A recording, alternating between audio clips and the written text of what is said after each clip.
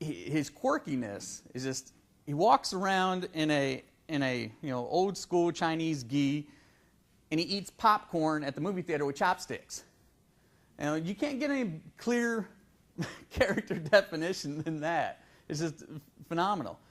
And his flaws come from his family, and his own inner search to become the master.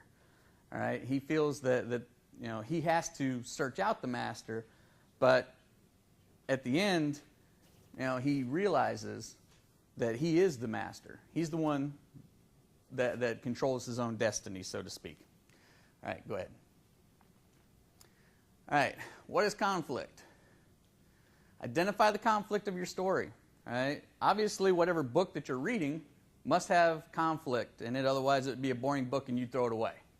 And you'd be like, "Wow, why did I just waste $20 on this book that really was boring?" So, you find that conflict. All right, there may be 3 or 4 different conflicts within that story. You have to choose, as the screenwriter, which conflict you're going to go with. All right, and then you're going to choose one subplot. All right, and then if you notice in films, you're going to have peaks and valleys. Okay, it's going to shoot up within the first 5 pages, and you're going to get a peak because that's going to grab your interest in the film. First 5 pages of your screenplay is going to be the first 5 minutes of your film, and it's really supposed to grab you. So, and then you're going to have like a small little valley. Okay, and then that's really where you're going to start interweaving your subplot, because the valleys are your subplots. Okay, your main story is going to be your peaks. Does that make sense to everybody? Okay. Go ahead. All right. Once you find out what your conflict is and what the stakes are, okay, jump those 20-fold. Right? Make it hard. Like in Die Hard, he was stuck in a building, and his wife was being held captive.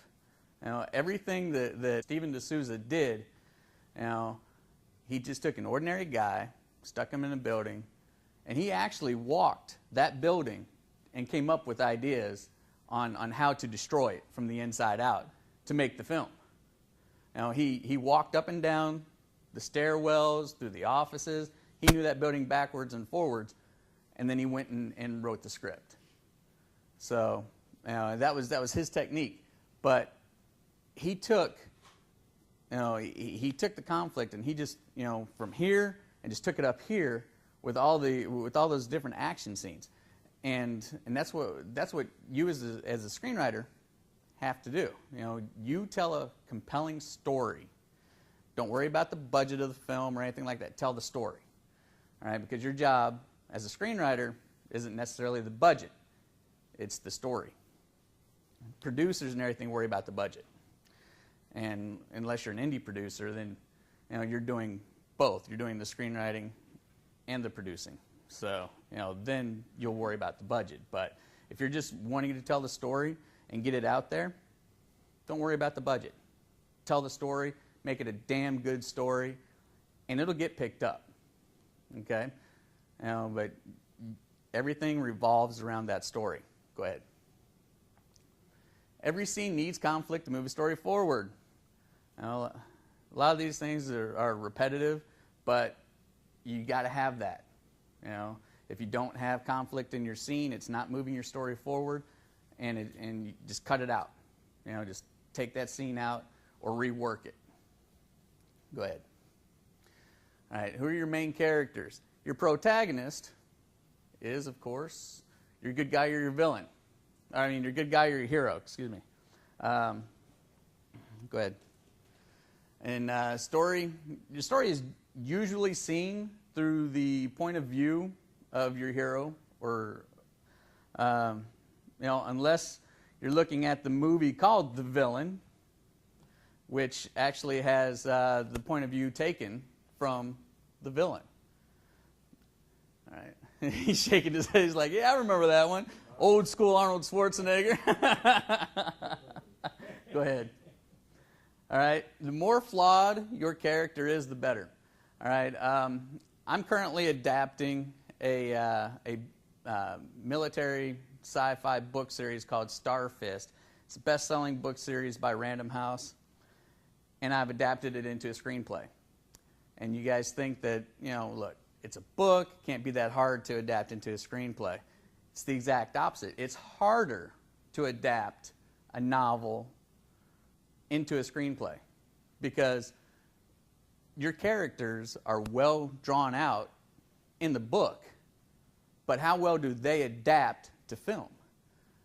So I've actually, the main character, I've actually had to give that person more flaws on film than what he has in the book series. Because in the books, you can get into the minds of the characters, all right? But you can't necessarily adapt or bring his thoughts onto the film. So you have to do it by actions and everything. My main character is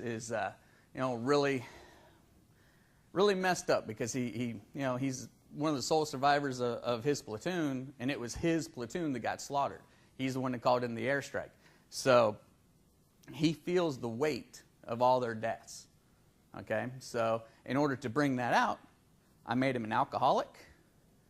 He puts his gun to his head. And he dreams constantly about his men and the promise that he made to them, and then he wasn't able to keep that promise. So I had to bring a lot of darkness to his character that's not in the books. But it works better on film that way. So whatever you're doing with your characters, you may have to change our visual perception of that character. And if you've got the rights and everything to the story, don't be afraid to do that. Because the authors, when it comes down to it, they don't care what you do with the characters as long as they're making money off the film. It's all about a paycheck. So, the authors of the book series told me that once I started it, they didn't care what I did to the characters as long as the story was good. And as long as you adapt the story and keep it solid, whoever the authors are of whatever book you're adapting is going to feel the same way. As long as the story is there,